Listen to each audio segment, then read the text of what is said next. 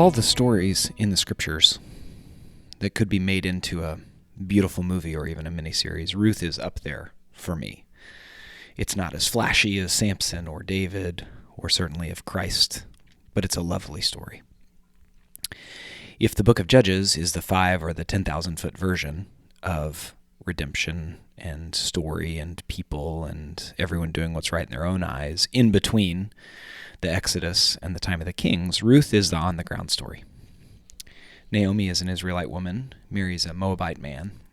They have 2 sons, Mahlon and Chilion, and all of the men somewhat tragically die. Orpah and Ruth are the 2 wives, and for a while, Naomi and Orpah and Ruth stayed together. For obvious reasons, they became very close.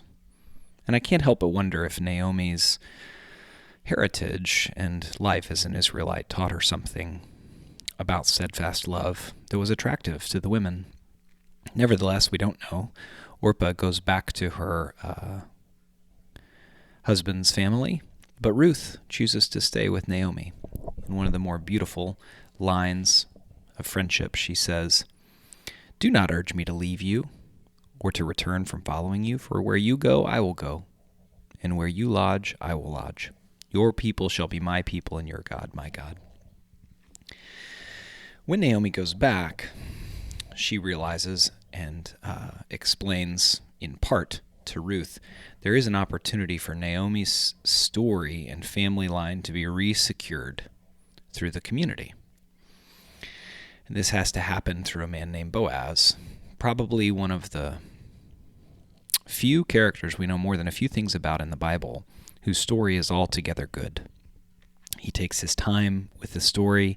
He's willing to let go of his legacy and offer instead to re-secure Naomi's story through marrying Ruth. He does it the right way. He does it in community. He does it patiently because there was a man who came before him who had the opportunity to redeem Ruth. Boaz somewhat shrewdly told him the story in a specific order because Boaz, it seems pretty clear, was beginning to fall for Ruth. But the most important thing to note about that is that Boaz had to let go of an ideal future at that time, which would have been through his own legacy, in order to re-secure both Naomi and then re-secure Naomi's place and give Ruth a place within the Israelites. And he does it. He redeems Naomi's story and Ruth's story. And then Boaz and Ruth have a child.